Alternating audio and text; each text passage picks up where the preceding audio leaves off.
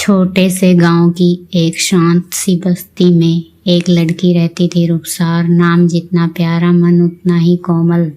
उसकी आंखों में सपने थे जो आसमान को छूने की ख्वाहिश रखते थे, पर ये सपने किसी मखमली जिंदगी से नहीं बल्कि संघर्ष की चट्टानों से निकलकर बने थे। रुखसार की माँ उसे बचपन में ही छोड़ गई थी। पिता मजदूरी करते थे, सुबह से शाम तक ईंट ढोते और रात को थके हुए शरीर से बेटी के लिए खाना बनाते। रुखसार बचपन से ही समझदार थी। पिता की हालत देखकर वह कभी ज़्यादा मांग नहीं करती। स्कूल के बाद वह घर के सारे काम संभालती, फिर देर रात तक पढ़ाई करती। गांव के ज़्यादातर लोग कहते, लड़की जात है, पढ़ लिख कर क्या करेगी, कल को ब्याह ही तो करना है। पर रुखसार इन बातों से विचलित नहीं होती। वह जानती थी ज्ञान ही उसका असली गहना है। वो दिन जब उसके गांव में जिला स्तर की परीक्षा हुई, रुखसार ने पूरे जिले में पहला स्थान पाया।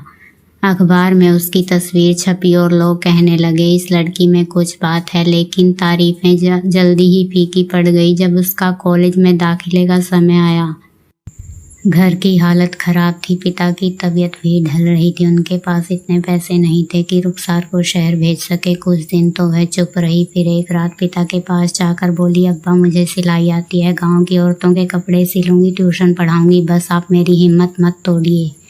पिता ने उसके सिर पर हाथ रखा और आंखों में आंसू लिए बोले, बेटी तू मेरा सपना है, जो मैं नहीं कर सका तू कर दिखा।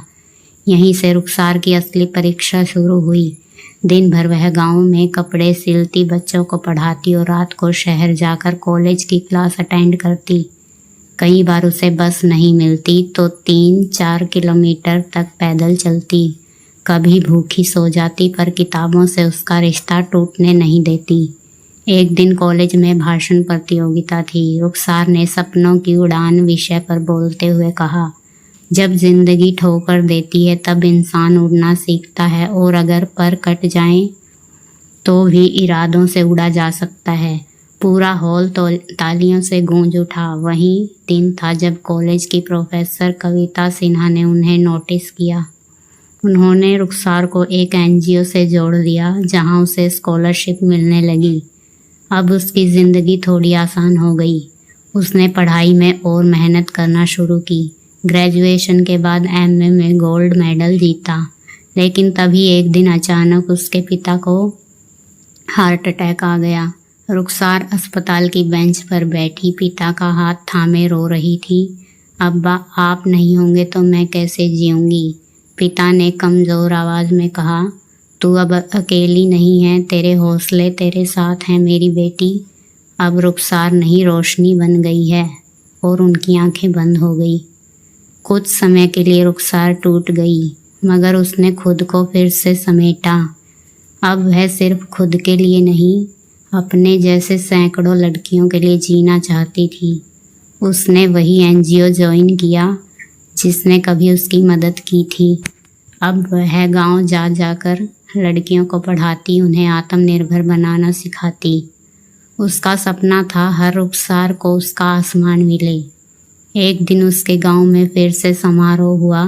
इस बार मंच पर बैठी थी डॉक्टर रुखसार खान, सामाजिक कार्यकर्ता, शिक्षिका और प्रेरणा। लोगों की आंखों में गर्व था। वही लोग जो कभी कहते थे लड़की जात क्या करेगी, अब उनकी बेटियां रुखसार के स्कूल में पढ़ने आती थी। समापन भाषण में रुखसार ने कहा, मैं सिर्फ एक लड़की हूँ जिसने कभी हार मानना नहीं सीखा। मेरी माँ नहीं थी, लेकिन हर औरत में मैंने अपनी माँ देखी। मेरे पास दौलत नहीं थी, पर सपनों की ताकत थी। अगर मैं कुछ बन सकी तो आप भी बन सकते हैं, बस खुद पर यकीन रखिए। सीख।